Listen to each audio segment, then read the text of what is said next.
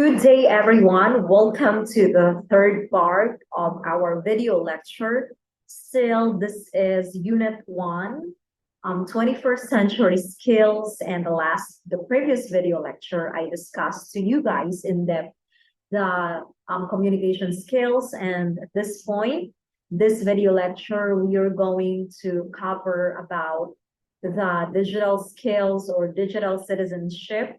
And I believe you all are excited to at least, finish our lessons or our topics under Unit 1. So I'm very much looking forward for this video lecture. So I know you guys are too, and you are basically very ready. So without further ado, let's begin. So this time, allow me to share my screen to everybody. I'll be sharing to you guys my PowerPoint presentation. So, of course, our topic, as I said, we'll be talking about digital literacy. But before we proceed to the details about digital literacy, let's try to watch this video first. And from this video, I believe we could be able to define and have a glimpse about what digital literacy or what digital skills are all about. So let's watch this. The need for digital experts is unparalleled. Since 2018, the number of internet users has been growing by an average of more than 1 million new users every day. I'm sorry. So there's just a lot of internet users now. So because of that, of course, there is a need for people who are digitally skilled. Digital experts is unparalleled. Since 2018, the number of internet users has been growing by an average of more than 1 million new users every day. As a result, the need for professionals who can navigate the online world is growing faster than the workforce can supply. Unfortunately, almost 1 in 3 workers are lacking the foundational digital skills to contribute to this evolving workforce, making it harder to meet the demand for skilled digital professionals. Okay, so according to this video, almost 1 out of 3 workers are not skilled in terms of about the digital. Okay, so there is a need from that premise. It only means that there is a need for students, or there is a need for people to definitely work on what they lack, okay, and what they don't know about, especially in the digital world. So let's continue. Skills refer to the ability to use technologies and the internet to perform a task or project. So in a simpler way of defining it, digital skills, it refers to the ability of a person to work with technology and the internet to be able to perform a task or project. So it's very simple, right? You make use or you work with technology and at the same time internet, so you can perform a task or a project. That is what is meant by the digital skill. Some basic digital skills include presenting data in Google Spreadsheets, screen sharing during a global meeting, and setting up accounts to purchase services online. Okay, so some basic digital skills, even a simple way of you guys presenting data in Google Spreadsheets or data in Google Spreadsheets, it's already a digital skill. Editing file using Google Sheets or Google Docs, Google Slides. So those are already like an example of a person showing digital skill.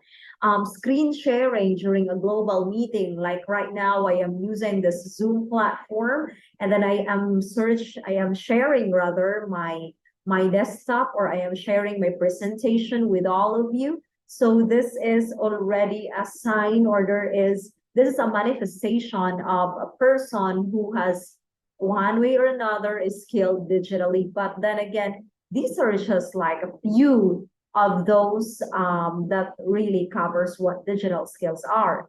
And even your way or you know how to set up accounts so you could purchase service online. For example, you install the Shopee app or the Lazada app or whatever online applications where you could look for merchants and you can buy some goods or whatever you want to buy, then that's already an example of you being a digitally skilled person. Like you would do purchases or purchase services online. So for example, you would book your ticket, you would book your travel, your tours or whatever, and then you will be using your credit card to pay, your debit card to pay things. So that's already a sign of you being a digitally skilled person. But then again, it's not just about that, huh? Being a digitally skilled person, it definitely just a part of it when you know these things. But when we say digital skilled individuals, specifically, if we will connect it to our own context as educators, of course, we will be looking at the way we make use of technology, and then we utilize it to teach our students. We utilize it to come up or to definitely work on task or project, and then using online and the technology. For example, we do some classes online. So that is an example. And you need to really know that, especially during this time because of the pandemic, like our digital literacy or basically has increased because of the need, because of the situation. Okay, next. More advanced digital skills include web development, creating a content strategy, or using data to identify a company's pain points. The good news is, you don't need to be a computer whiz or have a degree in computer science to be digitally skilled. Here are just a few digital skills that can make you instantly more marketable to employers. Many emerging job roles require digital skills, while traditional professions are shifting to digital methods. I'm sorry. So we have here some advanced include web development, creating a content skills, strategy, or using data to identify a company's pain point. Okay, so when you are into web development, that is already advanced. And then when you create a content strategy and you analyze data to identify a company's pain point, so that is more advanced. Okay, that is still part of being a digital skilled individual. The good news is, you don't need to be a computer whiz or have a degree in computer. So you don't need to be somebody who finished computer studies or related courses or programs, because to me, if you only have, it is really, of course, a great thing if you graduated, right, and you have that degree. But if not, you don't really need to be digitally skilled. If you have the technology, the gadgets with you and the internet, and then you will explore, of course, you could slowly build up your skill, or you could slowly build up your digital literacy. Science to be digitally skilled. Here are just a few digital skills that can make you instantly more marketable to employers. Okay, so here are the things, social media marketing, your content marketing, data analytics, strategy and planning. So look at the social media marketing. Like a lot of people now are actually making use of social media to market their products. So that is be a part of the digital skills. You do photo editing, video editing, and a lot more. And let's continue.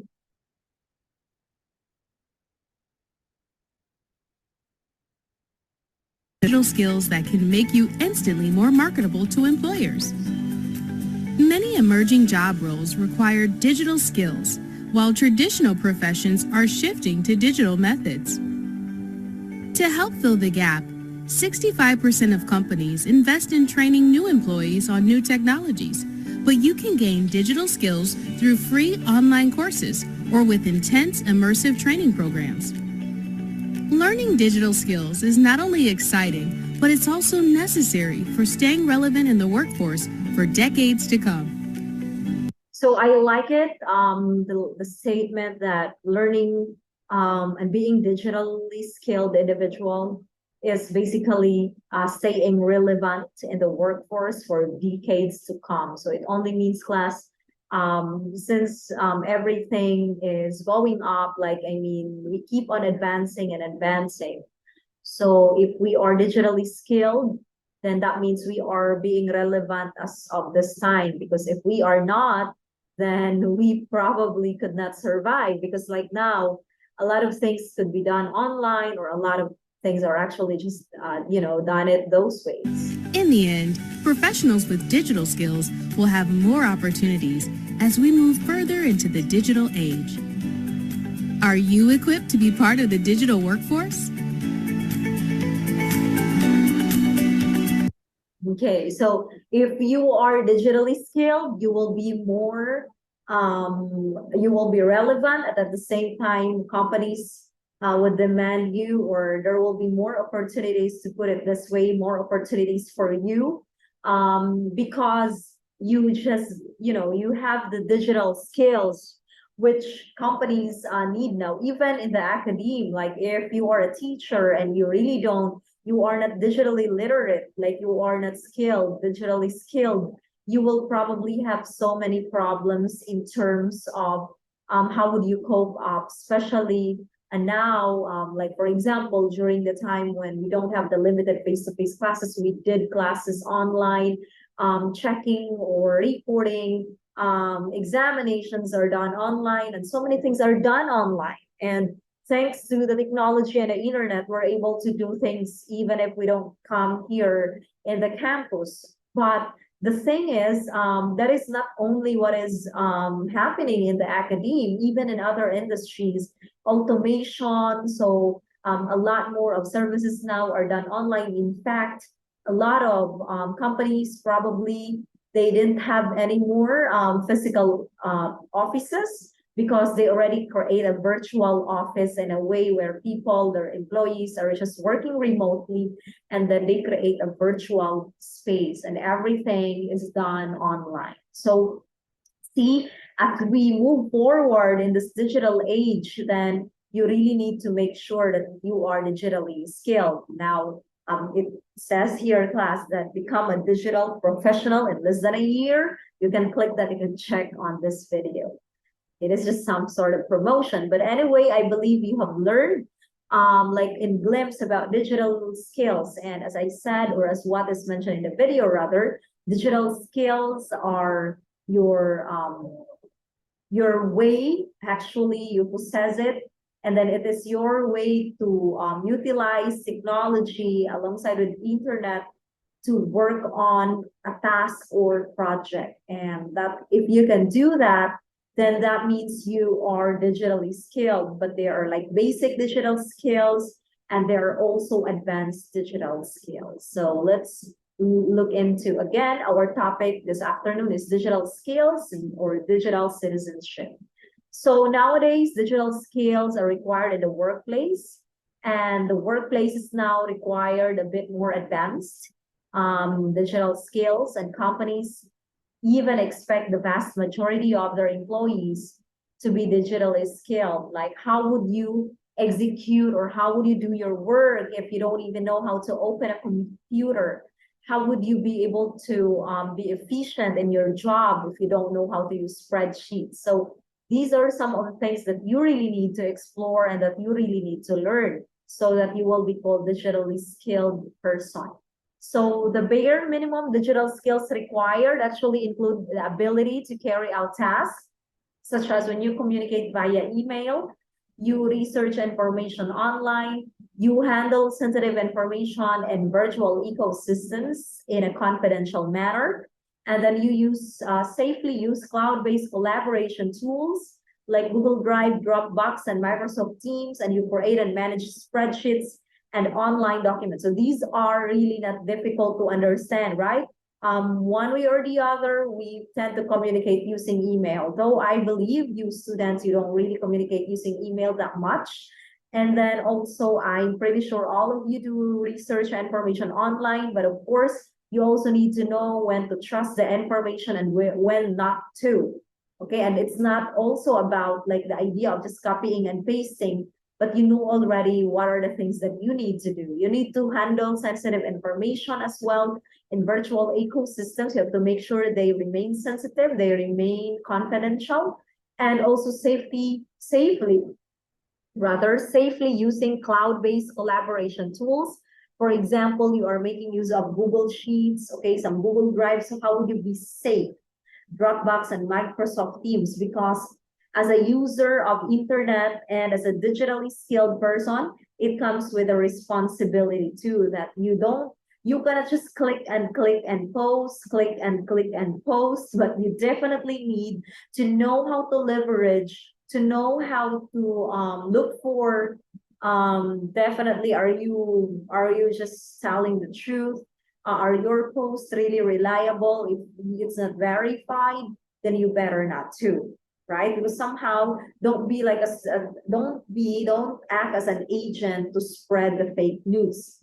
Now we also have creating and managing spreadsheets and online documents. So the way we create and we manage spreadsheets and other online documents, these are just like the minimum digital skills requirement. Remember, class, the word minimum. So if these are the only things you can do, that means you only have like the minimum digital skills. And I don't know even if you can do all of these things. So I hope you really can, no? So basic device management, that is also one. And basic device management, like connecting to the internet or even installing software updates. And then screen sharing during a video call. So that is also one of the basic minimum requirements. Use online calendars to organize your schedule and efficiently manage your schedule and possibly others on the team. It's time for an adventure. Let's try to take a look at more about digital skills. It's time for an adventure, but not just any adventure, an online adventure called digital literacy. You might be wondering, what is it? So let's break it down. Digital is what we do online and how we use technology and the internet. Literacy is reading and writing, speaking and listening and creating. So what happens when you put the two together? You get digital literacy, which is reading, writing, communicating, and creating online. But we're missing an important piece here. There's more to it. In order to be digital literacy leaders, we need to have a critical mind and a kind heart. Before you begin your online adventure, there are some important items you need to pack for your journey. The first item you need is a magnifying glass. We need this to think critically and look closely. Thinking critically means using your detective skills to figure out if something is true, if it's fair, and if it's reliable. When we see something online, like a video, picture, or website, it's important to check the source and find out where it came from. Find out if it's reliable and what clues tell you if it's real or fake. Common Sense Media gives a list of important questions you can ask when you see digital media, which is a picture, video, audio clip, or something online. The questions you can ask are, who created this? Why did they make it? Who is the message for? What details were left out and why? And how did the message make you feel? These are all questions you can ask to be a critical thinker. The next thing you need to do on this online adventure called digital literacy. Okay, and enjoy the ride on this online adventure called digital literacy. Fun, be creative, practice, any other skill. So there you have it. For your hurt, and let's together to stand up for what use our voice, to stand up for what we also need to show kindness and empathy online, but we also need to use our voice to stand up for what's right. Let's work together to stand up against racism, injustice, and hurt, and let's use the internet to empower others, do good, and change the world. So there you have it. Now you know what you need to pack for your digital literacy adventure.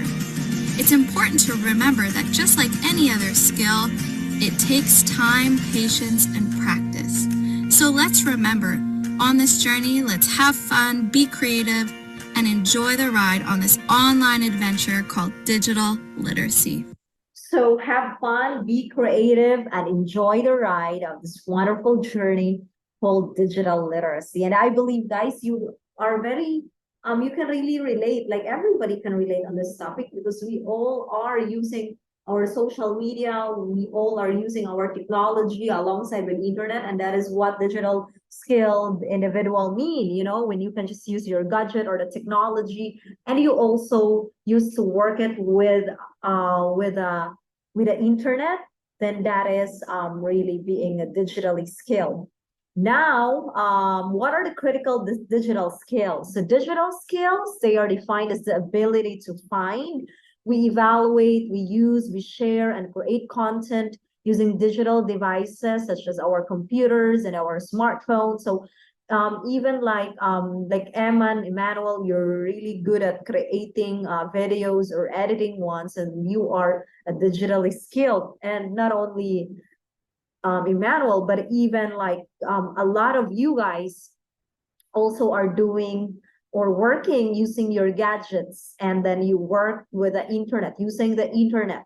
You edit your photos, you do live selling online, you create TikTok videos, but of course, it would be good if you also become very creative in a way, very academic in a way, you know, not only like you do it just for fun, but at the same time, you do it for academic purposes. And even when we conduct research now, we basically use now our digital skills to obviously succeed. No, digital skills in the workplace can include original content creation, like the content creators, diba? It is one of the professions already.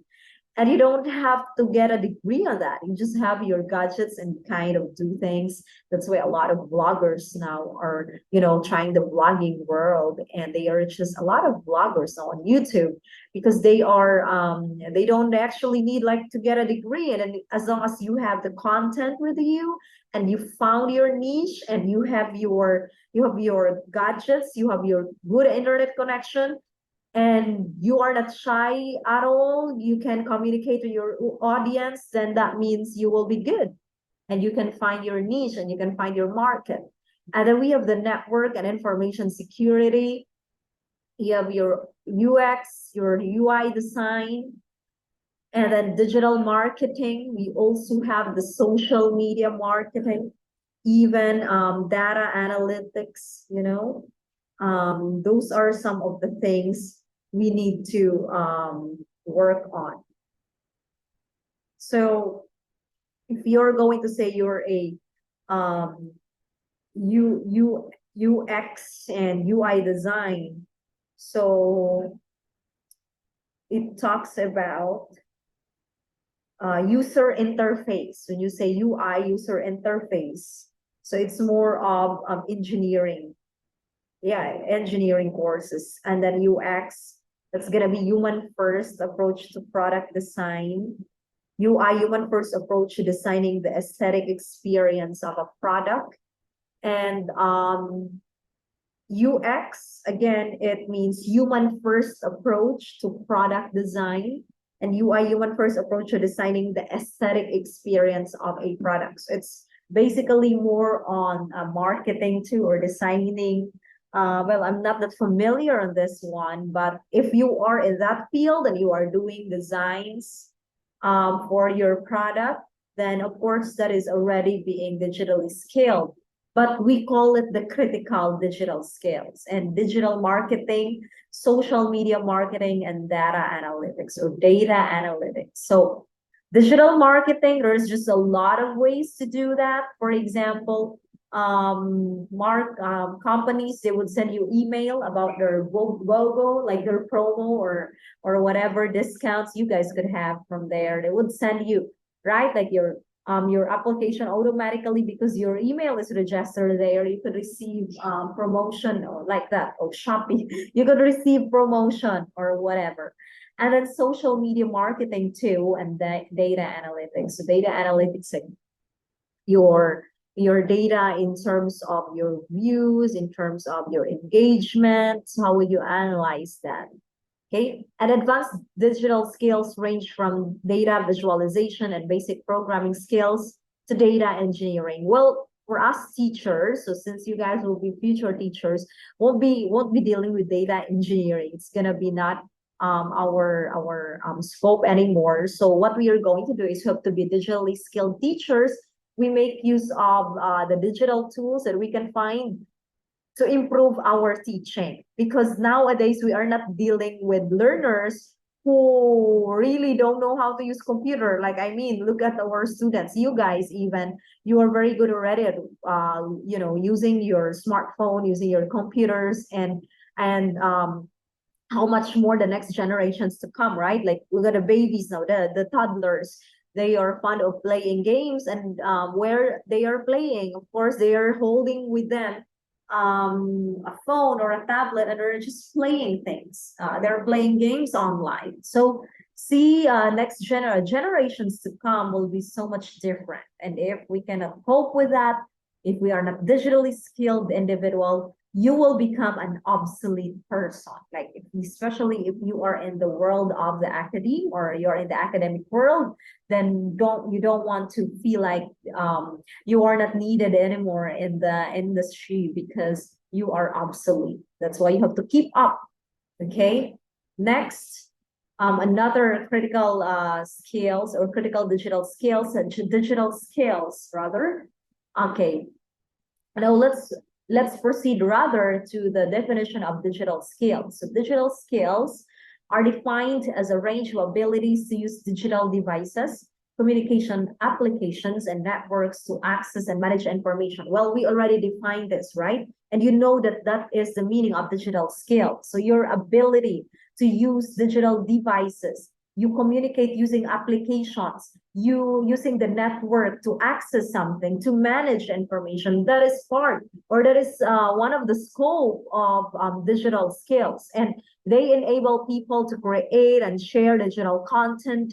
They're able to communicate, you collaborate with each other, you solve problems for effective and creative self-fulfillment in life, learning, work, and social activities at large. So whether we like it or not, come on, digital, it's just really part of our lives now. And then to be digitally skilled, it would put you and provide you a lot of opportunities, and it would bring you to so many opportunities, and many companies would want to hire you.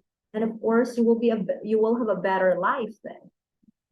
Entry-level digital skills meaning basic functional skills required to make basic use of digital devices and online applications, which are actually widely considered a critical component of a new set of literacy skills in a digital era, with the traditional reading, writing, and numeracy skills. So the entry-level digital skills, we make use of these skills alongside with traditional, like reading, writing, and the numeracy skills. And that the advanced spectrum of digital skills are that we're looking at, if it's advanced, we're looking at the higher level abilities that allow users to actually make use of digital technologies in empowering and transforming ways, such as the professions in the information communications technology. Now, becoming digitally literate means that students develop technological skills. You also learn authorship rules. Okay, what are the rules when we write and we publish our work, such as the rule on copyright and plagiarism? We should not copy and paste, but rather we have to make sure we cite sources, and we do in-text citations, and we have to understand how to access online information and actually learn social responsibility while interacting on social networks. And this involves developing skills and knowledge that enable them to safely navigate and discern all forms of digital technology. So like right now, there's just a lot to learn using our gadgets, using the digital technology, plus the World Wide Web. Well, there's just a lot. It depends on the things that you're going to explore. But in our lesson, of course, we are going to focus on making use of digital technology in order for us to efficiently and effectively teach the English language to our learners. Like, you make use of application, okay?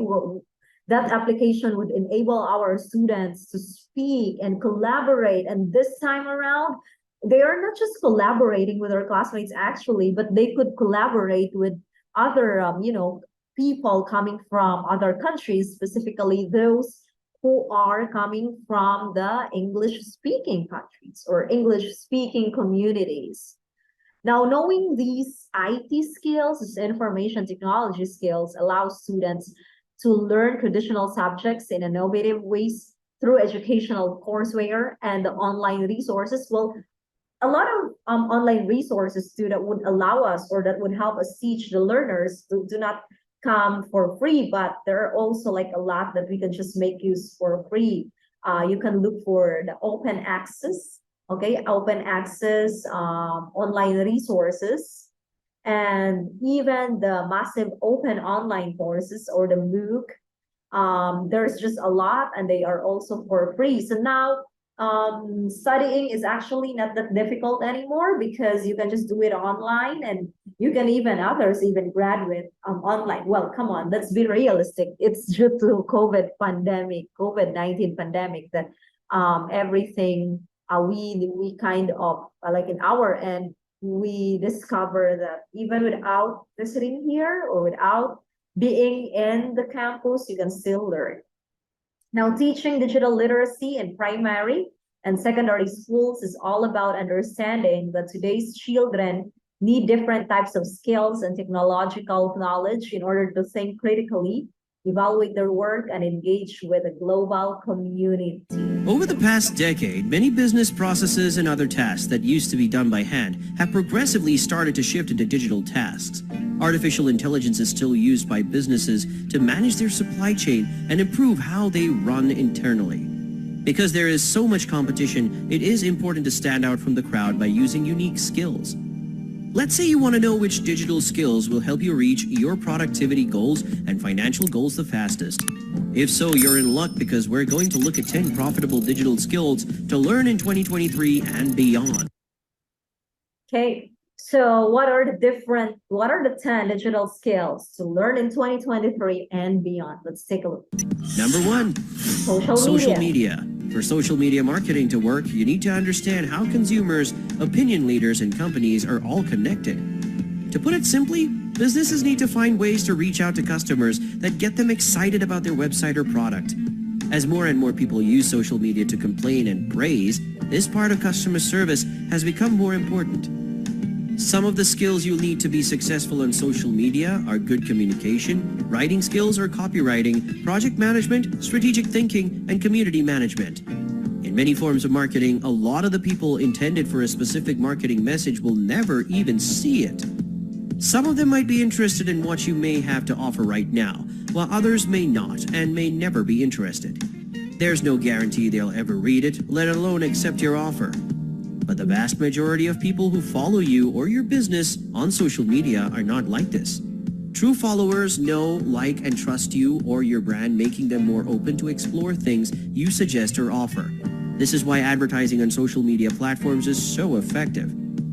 If you focus your marketing efforts on making sure your current followers are happy, you can be sure that they will listen to you. If they are following you and engaging with your content on social media, it's clear that they want to know more. Which brings us to number 2. Content marketing. So in a way, social media, right? Social media marketing. It's basically what you guys are doing now, especially those who are doing online selling, and even bloggers are selling their merch, okay, creating their own website store or like on Instagram. And the thing is, if they got already like organic followers and they make them happy and they were able to establish good reputation and trust coming from the followers or coming from their customers, then it's really great because these customers are basically will just be very interested and would always want to look at what what are these people or these business people are posting and the updates of their business or things like that. So social media. Now the second is the content marketing. Number 1, social media, content marketing.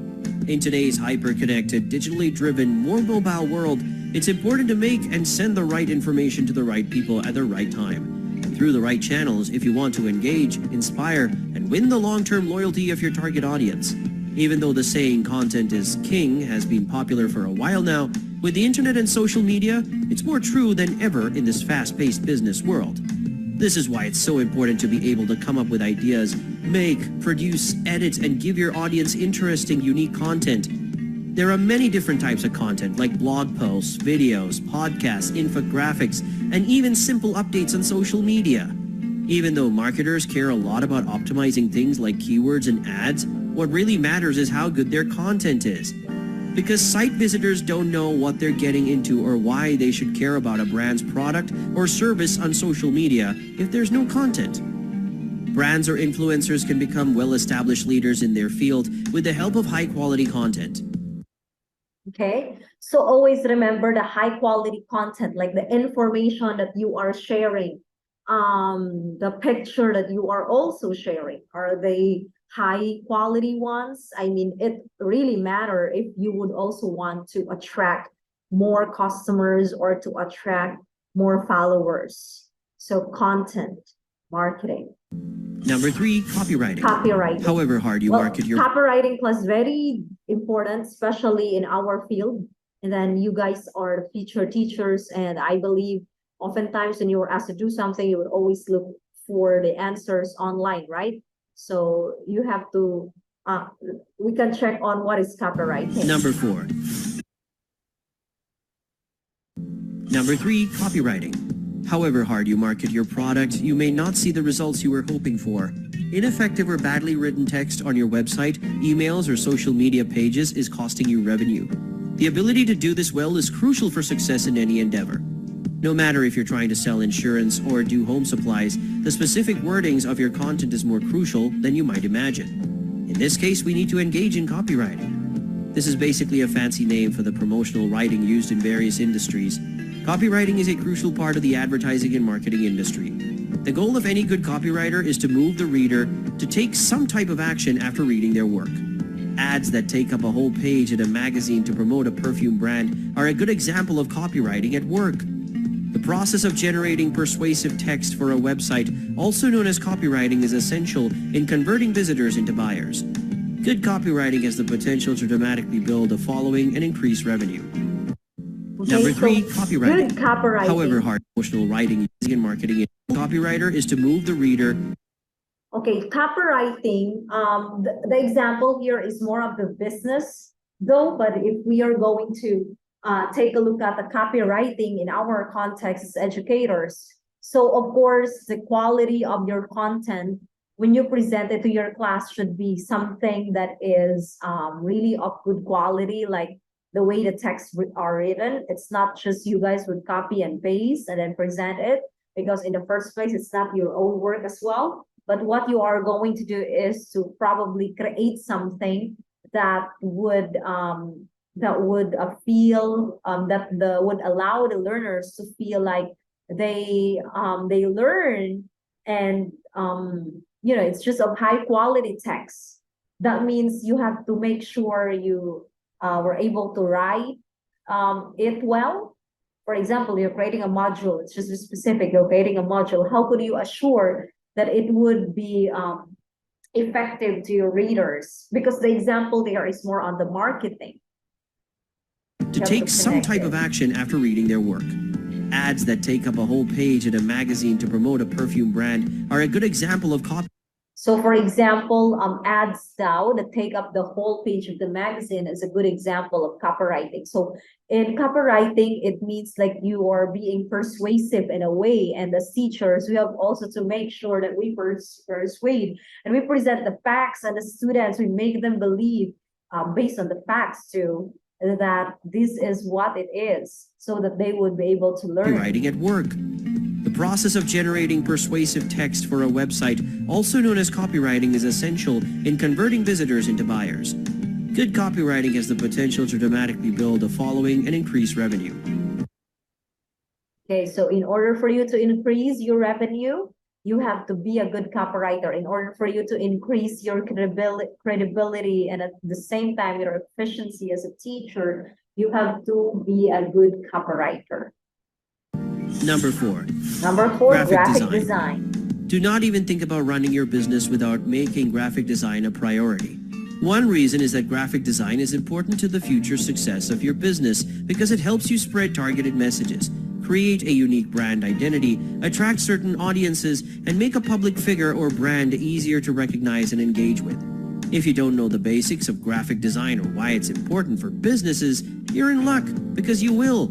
Graphic designers use specific colors, typography, photography, icons, and illustration, among other things, to communicate ideas and messages.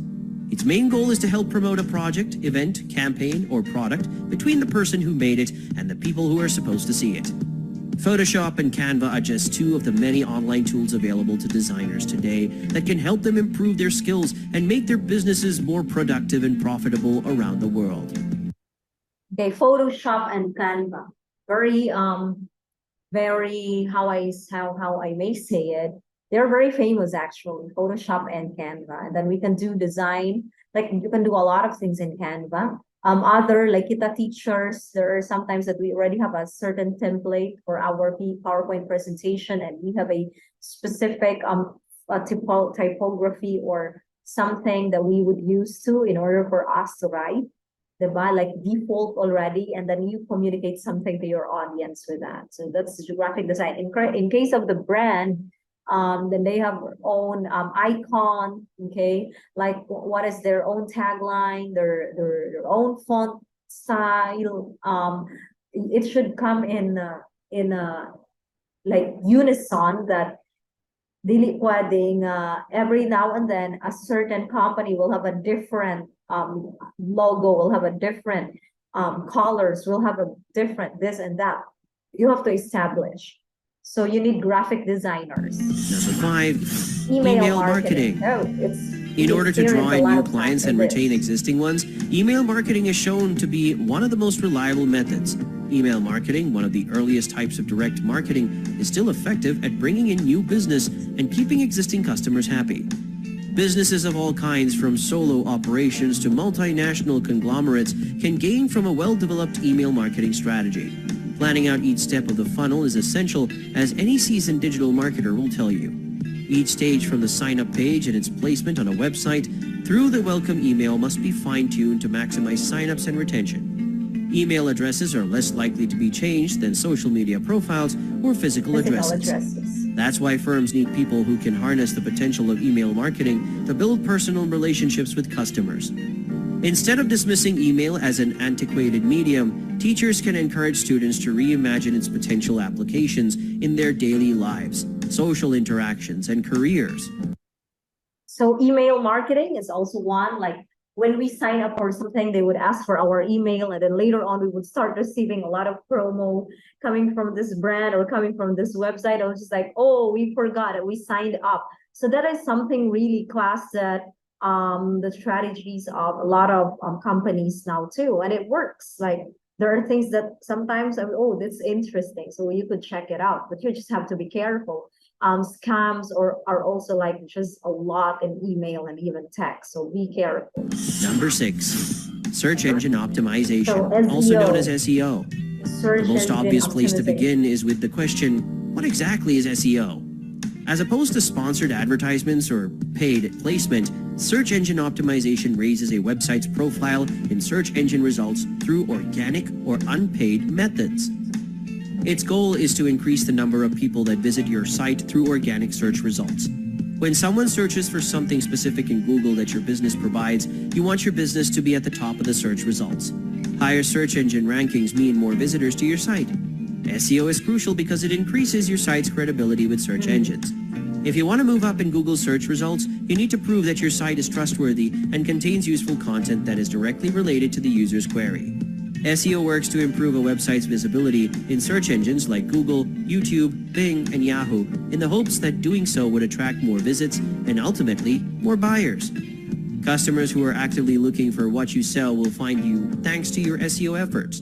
Increased brand or business recognition is yet another benefit of SEO. To market yourself and your company as industry leaders, you need to learn to use search engine optimization.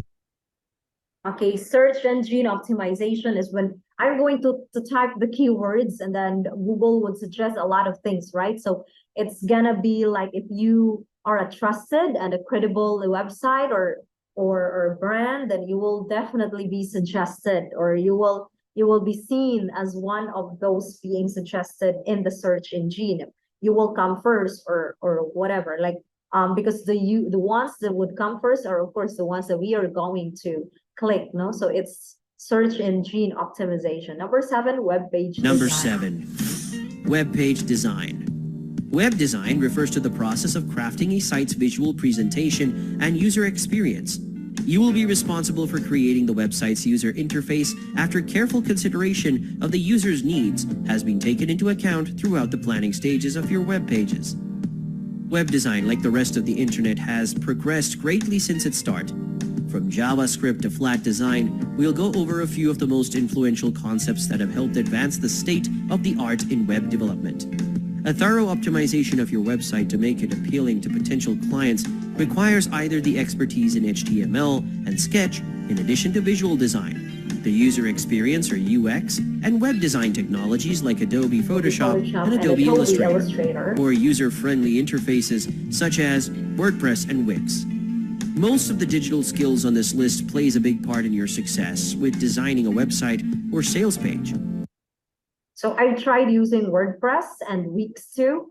They are really user-friendly. You could just easily navigate and work on your website. Okay, and they come with a free plan too. Though if you would use a free plan, it will just be a lot of limitations. There are a lot of good features that you can only use if you are in a premium plan or whatever, or business plan.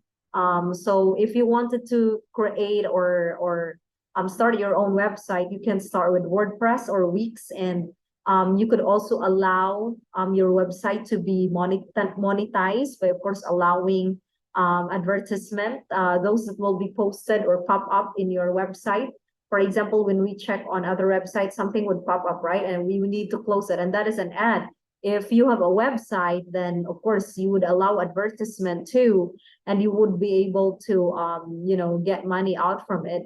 But of course, I think the payment for that would be based on the clicks, or if the visitors of your website, look at also the ads or something like that. So yeah, I'm not really very, very familiar about how ads would work in a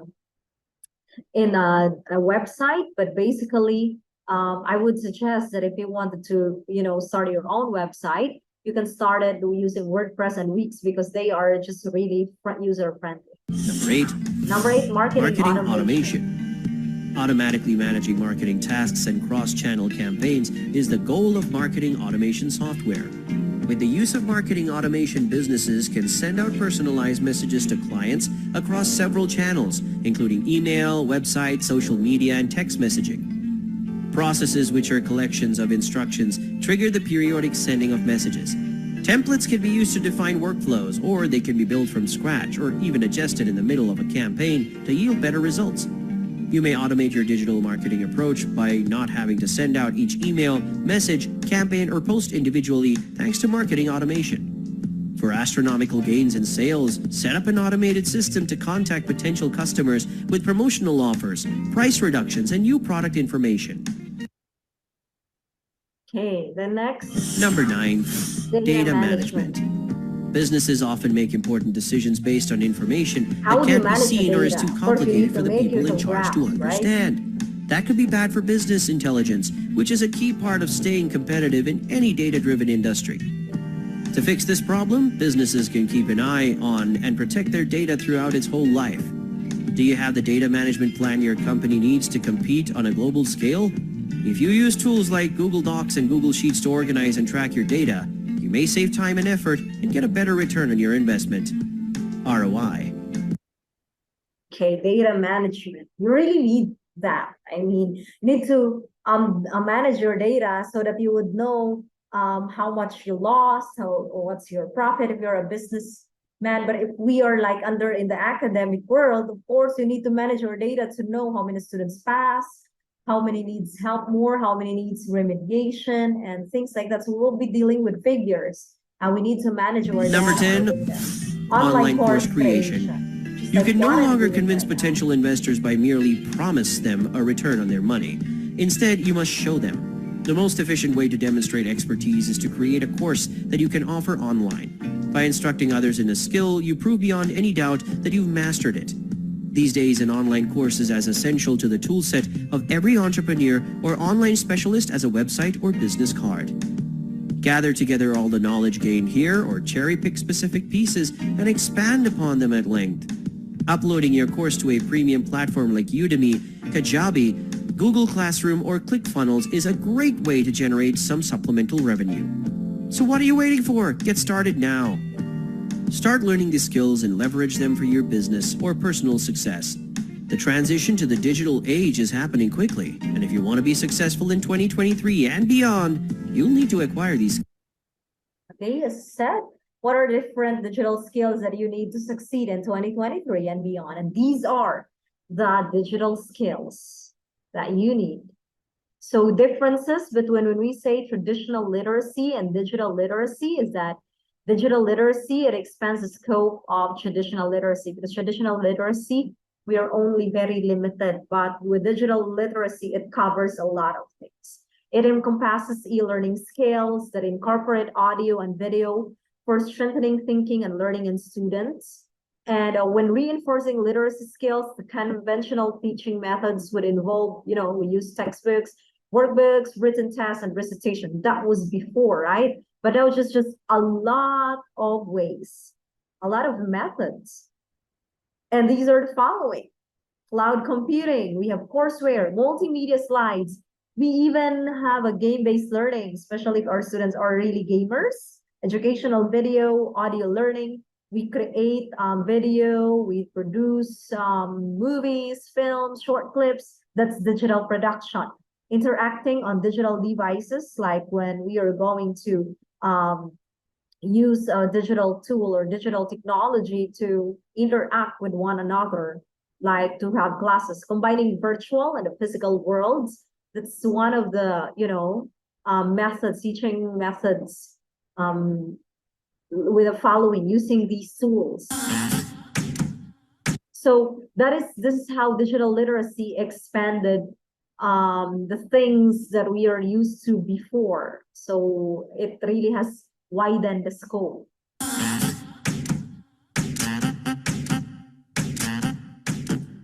Traditional media like radio, television, and print are largely one way, meaning you can't really do anything but listen, watch, or read it. In today's ultra-networked world, digital media are interconnected and interactive. Online, you're part of an infinite network. You can connect to others as easily as they can connect to you. So we can connect with each other very easily, thanks to the online world and the digital technology. You can find communities of users with common interests, values, and beliefs. You have instant access to people, information, and knowledge from around the world. And we could also be able to collaborate better with, of course, with the use of online or digital Find technology. communities of users with common interests, values, and beliefs. You have instant access to people, information, and knowledge from around the world. The flip side? Anyone can post anything online and make it look authentic. So you have to double check information you find to make sure it's for real. Be aware. So that's the flip side, right? Like, because it's very easy. A lot of scams or a lot of fake news or a lot of fake stuffs can also be just, posted, can easily be posted online and could easily deceive people. So you really being literate, being a digitally literate person, you really need to know how to leverage or how to identify things that are not true from things that are true. And be smart. Digital media smart. Okay, that's what digital literacy is. Think all of the about. last time you learned something or saw a news story online. How did you know if it was true? What steps did you take to find out? Okay, so how did you know it was true? And what are the steps you use or you take to find out if it's true or not? Sometimes we just believe right away and we don't verify. Now, building communication and literacy skills with digital media. So children in grades kindergarten to 12, they adapt to technology naturally. And we make it the best time to teach internet technology skills, especially during this time that we really can see how important technology is in our endeavor. No? Communicating through pen and ink is a lot different from communicating in a technological visual world, where children need to be aware of appearance, gestures, and the tone in which they speak, because writing and communicating through snail mail, of course, it is different when you communicate. When you are here and you see the person you are talking with, though you don't touch each other, you could not really, like, because it's virtual, but you can see his expressions, you can see the way he or she speaks and your gestures, your appearance. So it's something that you have to work first before you would start communicate using the technology devices and the internet. And by taking a broader look at digital literacy, implementing technology in the classroom greatly enhances actually the learning experience beyond conventional literacy. Imagine if we learn without the help of technology, without the help of internet. So it's really difficult. Now we are dependent. We have to say that it's really true now that our teaching is basically integrated to technology. And that's what we have to really learn. And this interactive visual media deepens understanding, thinking, interpreting content. We evaluate our students beyond now the confines of structured literacy. Like before, we do assessment, but in the classroom, but because of the pandemic, now everything is kind of done online. It was done online. And now we will have the blended. And introducing digital skills in formative years. So in today's digital world, teaching children IT skills or information technology skills in their formative years, where they are trying to develop their learnings, helps them evolve along with information technology.